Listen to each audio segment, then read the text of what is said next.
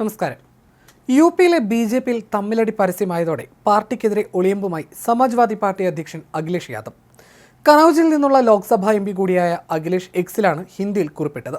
Monsoon offer 100 കൊണ്ടുവരൂ, സർക്കാർ രൂപീകരിക്കൂ. ബി.ജെ.പിയിൽ ഇടഞ്ഞു നിൽക്കുന്ന ഉപമുഖ്യമന്ത്രി കേശവ് പ്രസാദ് മൗര്യയ്ക്ക് നേരത്തെ അഖിലേഷ് മുന്നോട്ട് വെച്ച വാഗ്ദാനത്തിന്റെ തുടർച്ചയാണ് പുതിയ പോസ്റ്റെന്ന് രാഷ്ട്രീയ നിരീക്ഷകർ വിലയിരുത്തുന്നു. ആജ് തക്കിൽ നൽകിയ അഭിമുഖത്തിൽ കേശവ് പ്രസാദ് മൗര്യയെ വളരെ ദുർബലനായ മനുഷ്യൻ എന്നാണ് അഖിലേഷ് വിശേഷിപ്പിച്ചത്.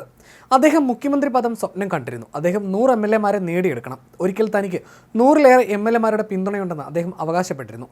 അത് ശരിയായി വന്നാൽ SP അദ്ദേഹത്തെ മുഖ്യമന്ത്രിയാകാൻ പിന്തുണയ്ക്കും. UP BJP മുൻ അധ്യക്ഷൻ അവഹേളിക്കപ്പെടുകയാണെന്ന് സൂചിപ്പിച്ചുകൊണ്ട് അഖിലേഷ് പറഞ്ഞിരുന്നു. 403 അംഗ UP നിയമസഭയിൽ NDAക്ക് 283 MLA-മാരുണ്ട്. ഇന്ത്യ മുന്നണിക്ക് 107 MLA-മാരേ ഉള്ളൂ. സംഘടനയാണ് സർക്കാരിനേക്കാൾ വലുതെന്ന് കേശവ് പ്രസാദ് മൗര്യയുടെ പരസ്യമായ അഭിപ്രായ പ്രകടനത്തോടെ BJPയിലെ തമ്മിലടി കൂടുതൽ രൂക്ഷമായി. മുഖ്യമന്ത്രി യോഗി ആദിത്യനാഥിനെതിരെയുള്ള ഒളിയമ്പായിട്ടാണ് പ്രസ്താവനയെ എല്ലാവരും കണ്ടത്. അമിത ആത്മവിശ്വാസമാണ് ലോക്സഭാ തിരഞ്ഞെടുപ്പിൽ UP BJPക്ക് വിനയായതെന്നും മൗര്യ തുറന്നടിച്ചിരുന്നു. യോഗി ആദിത്യനാഥും കേശവ് പ്രസാദ് മൗര്യയും തമ്മിലുള്ള ഭിന്നത ലോക്സഭാ തിരഞ്ഞെടുപ്പിലേറ്റ കനത്ത തോൽവിക്ക് പിന്നാലെയാണ് പ്രകടമായത്. കേശവ് പ്രസാദ് മൗര്യ കഴിഞ്ഞ ദിവസം ഡൽഹിയിലെത്തി പാർട്ടി അധ്യക്ഷൻ JP നദ്ദയെ കണ്ടത് നേതൃമാറ്റത്തെ ചൊല്ലിയുള്ള അഭ്യൂഹങ്ങൾക്കിടയാക്കിയിരുന്നു. ഇതിന് പിന്നാലെ യോഗി ആദിത്യനാഥ് ഗവർണറെയും കണ്ടിരുന്നു. ലോക്സഭാ തിരഞ്ഞെടുപ്പിൽ UPയിൽ BJPക്ക് 80-ൽ 33 സീറ്റുകളിൽ മാത്രമാണ് വിജയിക്കാനായത്. തിരഞ്ഞെടുപ്പിന് ശേഷം യോഗിയും കേശവ് പ്രസാദ് മൗര്യയും വ്യത്യസ്ത അഭിപ്രായങ്ങൾ പരസ്യമായി പറഞ്ഞതോടെയാണ് ഭിന്നത മറനീക്കി പുറത്തു വന്നത്. സർക്കാരിനേക്കാൾ വലുത് പാർട്ടിയാണ്. പാർട്ടി പ്രവർത്തകരുടെ വേദന തൻ്റെയും വേദനയാണ്. ആരും സംഘടനയേക്കാൾ വലുതല്ല തുടങ്ങിയ പരാമർശങ്ങളാണ് കേശവ് പ്രസാദ് മൗര്യ പാർട്ടി യോഗത്തിൽ നടത്തിയത്. BJPയിൽ നിന്ന് മറുകണ്ഠം ചാടാൻ ആഗ്രഹിക്കുന്നവർക്കുള്ള ക്ഷണമാണ് അഖിലേഷ് യാദവിൻ്റെ കുറിപ്പ്. 111 സീറ്റാണ് 2022-ലെ UP നിയമസഭാ തെരഞ്ഞെടുപ്പിൽ SPക്ക് കിട്ടിയത്.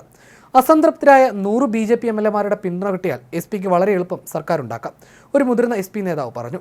അതേസമയം BJP കേന്ദ്ര നേതൃത്വം സംസ്ഥാനത്തെ പാർട്ടിയിലെ അഭിപ്രായ ഭിന്നതകൾ പരിഹരിക്കാനും അസംബ്ലി സീറ്റിലേക്കുള്ള ഉപതെരഞ്ഞെടുപ്പിൽ ശ്രദ്ധിക്കാനും നേതാക്കളോട് ആവശ്യപ്പെട്ടിരിക്കുകയാണ്.